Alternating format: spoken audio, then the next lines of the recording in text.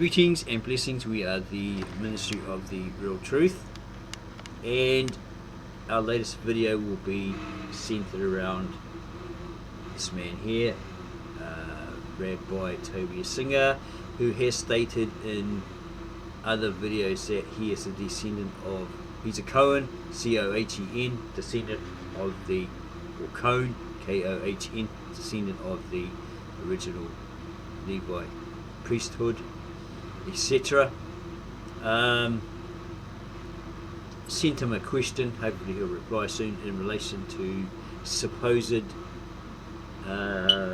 incident with a woman friend in Indonesia when he had a show over there, and then he left for whatever reason because she accused him of doing some dodgy things when he stayed with her that Cohens weren't supposed to do, and then he fled back to Israel, and then apparently his show started up there. So I just wanted to clear it up, okay, because it could be a whole lot of fooey. But it's entirely up to him. But anyway, yeah, enjoy his show and his comebacks, his rebuttals to these Christians that make these claims that I've come across as well. Stuff like that, the Jews, the Pharisees, after Christ died and ascended to heaven, changed everything. They changed the language, all that sort of stuff. That the Hebrew was modified. It's not the ancient old Hebrew Kitab Ivri of that era, etc., etc. Yeah, we'll have a listen to what he has to say, and we'll critique it from there. As you can well imagine, I receive many emails every day from people around the world who want to know about the Jewish faith, want to understand about the Jewish scriptures. And they ask me questions they might not ask other rabbis, because I've frankly dedicated my entire adult life to helping Jews in the church return back to the Jewish faith. I took up that burden because there are hundreds, perhaps thousands of Christian missions that are specifically targeting the Jewish people for conversion. These missionary groups are asking important questions. They're making very serious charges about the Jewish faith and claims about Christianity, and frankly, somebody had to respond to them, and I felt that I did, and I've spent the last 35 years of my life doing exactly that. I received so many questions from people, excellent questions, and I thought that, well, you know what, why just respond to an individual email? Why not have that person, why not have folks send in videos that they've recorded of their question, and then I can respond to them publicly, so that not just they can have satisfying answers to their pressing questions, but folks around the world could have answers to their questions as well. If you want to send in a question to me on video, you can send it to my email address, which is my name, TOVIASINGER1@AOL.com. This question, great question, asked me by a Muslim young man named Zana, and I don't think he realized how exceptional, how important his question is. Let's listen to it. Assalamu alaikum, Rabbi, thank you very much. Yeah, and it goes on from there. So yeah, he gave this guy a really good answer, apparently. It's quite a long video. I haven't watched it yet because I'm just reviewing this, but yeah, I can guess that he satisfied this guy with a good answer to his question, this Muslim. So yeah, I decided to send him a email. Maybe my video is a bit too long, but it was just basically about an incident which I created a video around of him in Indonesia with this woman friend. I wonder if he would answer it, and at the end of the day it's up to him. Okay. Yeah, and being the Ministry of the Real Truth and coming across va.com by native born Mesopotamian Aramaic speaking translator filmmaker Victor Alexander, which delves into the old sacred scribal, old tongue Lishana Atika Sabreya of the Kitab Esherit, which is supposed to be the sister language of the ancient Hebrew, Old Hebrew, or Kitab Ivri.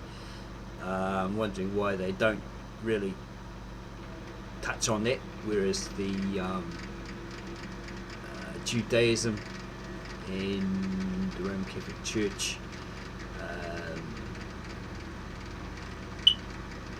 verify or admit that the ancient Aramaic, Assyrian Aramaic or Kitab Esherit had a great contribution to the Bible, okay, the scriptures. Okay, they know that, right? But nobody out there really touches on it, and that's what I'm doing, okay, because I came across it. Okay? I'm putting my trust in this older man, Dr. Ian Alexander. I've corresponded with him. He seems like a really nice man, really onto it, really honest, right? Yeah, so if he's out there, because he subscribed to my channel, thank you, sir. Yeah, check out my channel, Mr. Alexander, if you can, and give me an honest critique on it. I know you will. You're a nice man. Yeah, and that's what I basically asked Tovia Singer as well to do that, because the ancient Aramaic has words. Okay, originally, like, they were sister languages, as I mentioned in other videos. They had the same words, the same meanings, but when they introduced their dot system, the vowel system, introduced vowels, it not only changed the structure but also changed the meaning of the words. So now you've got similar words, same words but with different meanings, like Elohim, Elohim, which means against the flame, against the flames, or sorry, over the flames, in regards to the ancient Mesopotamian winged disc icon of the triune, okay, which is very different from the Christian concept, the Tertullian concept of the Trinity. Okay, if you understand that, what's behind that winged disc icon and why it's called over the flames, then you'll come to understand and realize that there is a vast difference between the ancient Mesopotamian concepts and the latter Christian concepts. There's a great difference, right? So yeah, well, I don't know much more to say about this, but yeah, I because I came across that ancient Aramaic and then came across this Rabbi Tovia singing, and these differences in translations, concepts, whatever, like Tovia singer, Rabbi Tovia singer, all yeah, basically poo-poo modern Christianity, saying it's all wrong, put it nicely, false, whatever. Okay, and do his rebuttals. Speaks pretty good about Islam. Have a different perspective now on Islam.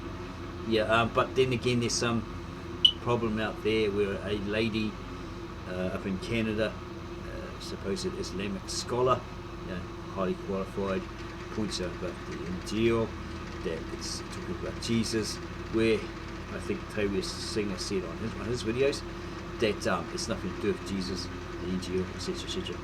And he was verifying that they get on well with their cousins Islam, because they're basically following, worshipping, praising the one God, as it is written, right? There's only one God and no other, and all that sort of stuff. Okay, so this Aramaic scripture is actually saying, mentioning Christ, or Yoshua Mashiach, Jesus the Messiah, not known as that then, right? In Moses' days, that Moses was actually being talked to by God, okay, from up above, and this Jesus was actually there, physically, right? And he went and dealt with the Amalekites. They probably talked to them or whatever, because it indicates the sword of truth.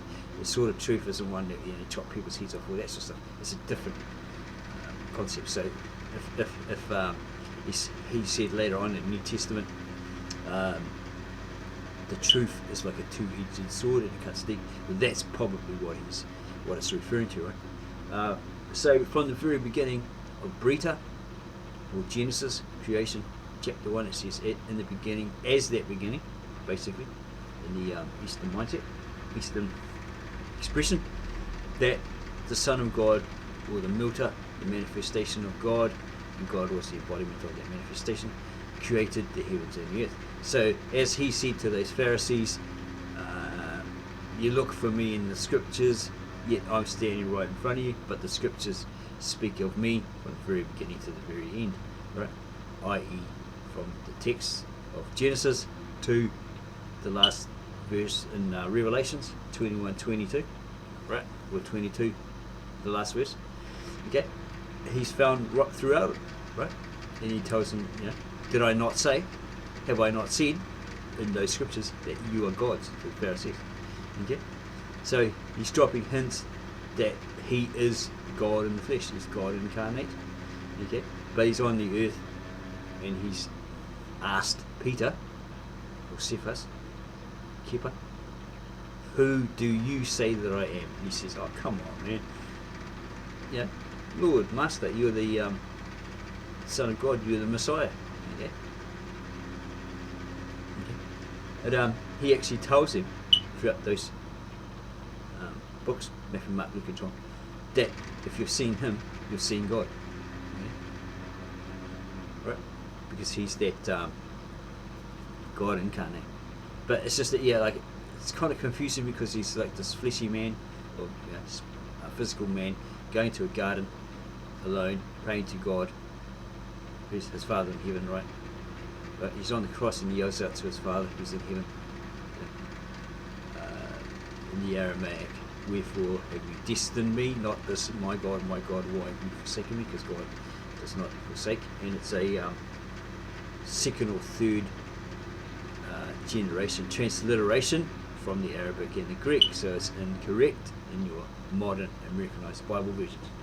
Okay, so what I'm trying to do through my channel, etc., is basically find the truth, the real truth, the whole truth. Right? No hype, no fluff, no BS. But there's this problem with, you've got the Jewish claim of their scriptures, their Tanakh, their Torah, whatever, right? Which supposedly originally was in the ancient Aramaic, or Assyrian.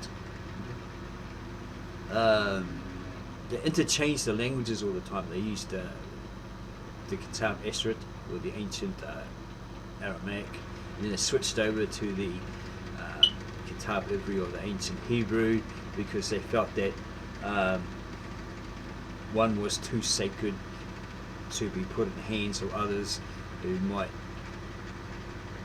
misuse it, screw it up, or this historical claim, right, by rabbis and stuff like that. One in particular that I was looking at, who touched deep on the Kitab Assyrian and the Kitab Ivri, the ancient Old Aramaic and ancient Old Hebrew of Moses' days, etc. But he went too damn fast. He said too many Hebrew words, so it was actually quite confusing. I need to find someone else that delves in it. I know there's a Rabbi Reuben that does, and his video warning to the Jews, but it doesn't go really deep into it. I've tried to ask Assyrians, but they say, they don't like their history, or they hate their history, or whatever, and they won't tell you much about it. Okay. They suggest you go watch these Assyrian TV, but unfortunately it's in Assyrian, and I don't speak Assyrian, right? And there's no subtitles or anything like that. If somebody could put something out there of those shows and add the subtitles, that would be really good, because I really need to know all about the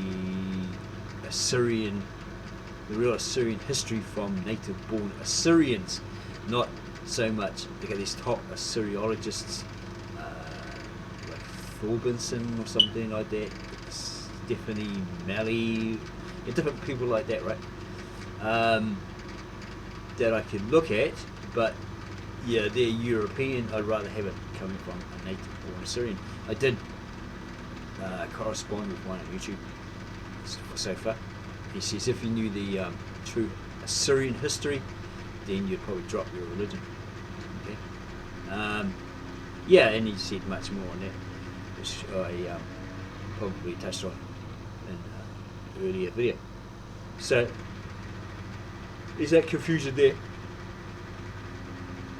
But then there's also Mauro Baglino, who says it's all wrong, it's all false, like, you know, like I think it might have been Exodus, where Moses commanded that the people, his people kill all the men off, put them to the sword, all the women that had children, that they take so many oxen, and then the virgins, right? This is commanded by their God. Okay. And Mauro Baglino in a debate with like a Jewish rabbi, some other guy that looked like a theologian, and a Roman Catholic priest, he totally stumped them all, right? Saying that it all came from, well, this God is obviously not a spiritual God. He was a man, he was flesh, right? Because what would he really need with, say, 32,000 oxen and 12,000 virgins? But what the hell would he need with, you know, why would he need those? Unless he was like supplying food for those people, or he was actually eating a lot of those oxen or whatever, and then, you know, having his way with these so-called virgins. Yeah, yeah. We questioned it, right? And he stumped these people. So yeah, there's the confusion there, right? Because one, he's saying that he was hired by the Vatican to translate the Masoretic text, into English. He's Italian, right? So perhaps he's translating it into Italian or whatever for the Vatican.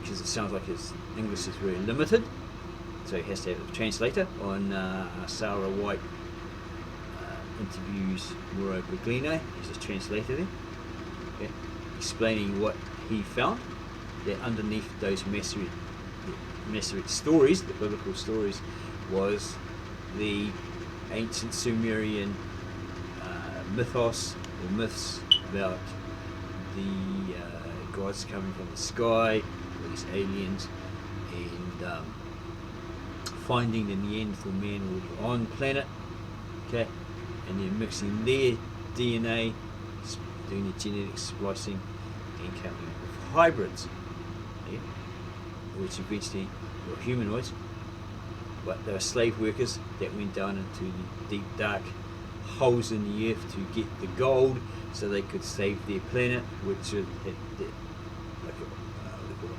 a ozone layer was being depleted because it was all like gold lined, right? So they needed this gold in a hurry, so they used their females, obviously having a woman, to create more workers, right?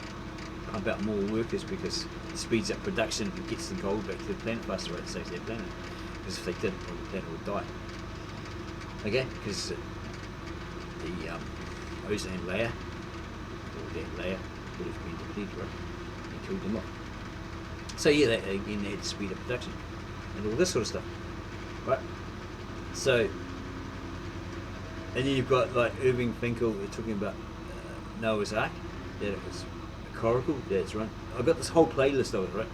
I might put it up so you can have a look at it yourself under this video. Okay, so there's so many different claims of truth, like Irving Finkel's Noah coracle story from the Babylonian cuneiform text versus the Christian Irving Finkel's Upanishad, or what's the other guy's name? Atrahasis, right? Versus the so-called Noah story, which is very, very different. Okay? You have the myths, Sumerian,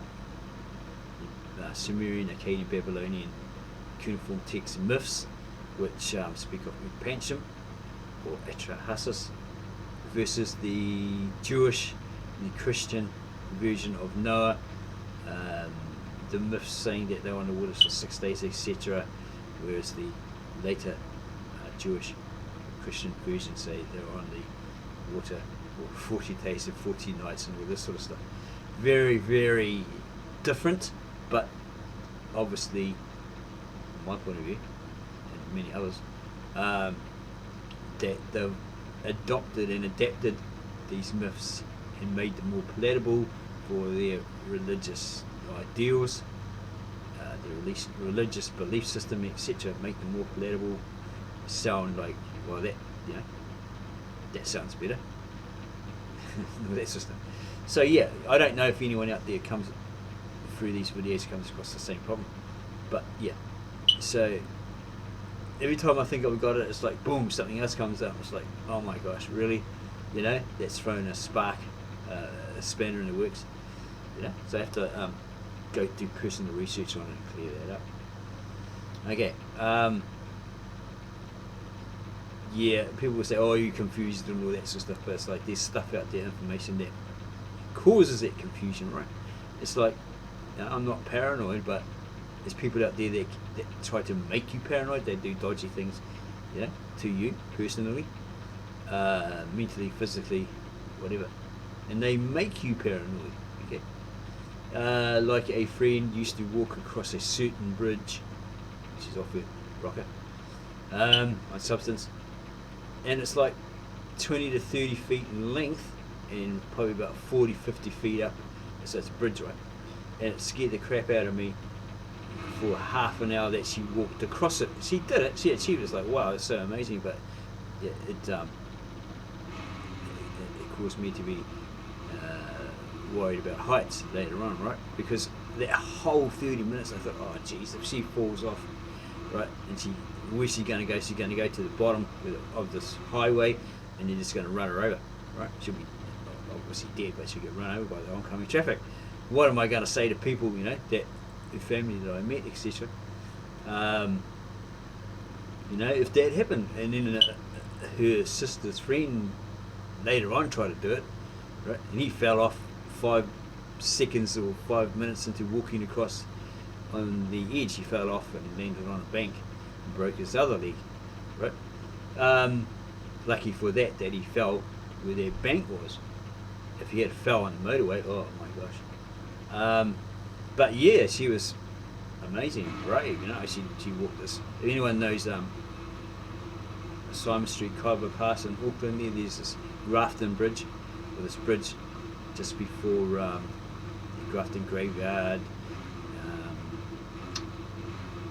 It's an intersection of K Road, Karang Happy Road, Kaiba Pass or Grafton, going down to town, right? She walked across that, yeah. One foot in front of the other when she's on this substance, right? And she did it. So it blew my mind, but I thought, wow, what an amazing, brave chick. She said, I can do it. So I just left her to it, but I was like, oh, freaking out, you know, all the way until she completed it. Yeah, so you imagine what that does to your mind, you know, it's ticking over, oh geez, I hope she don't fall, you know, what am I going to say to people that if she does, you know, and, oh my gosh, your friends, they'll all be in my face, you know, giving me crap, why'd you let her do it, you know, when she was determined to do it. Okay, so, yeah, if you find this really interesting, then subscribe to our channel, add your comments on that, and we'll get back to you on them as soon as possible. And you go tell your friends, wow, this guy went through this amazing experience. My friend who walked across this bridge, and about 30 feet long, so many feet up, you know, freaking out, and she did it. Must have been an amazing young person there, right, get to do that. Okay, but she said too, crazy things like that, and somehow achieve it. Okay, yeah, so we will see you later.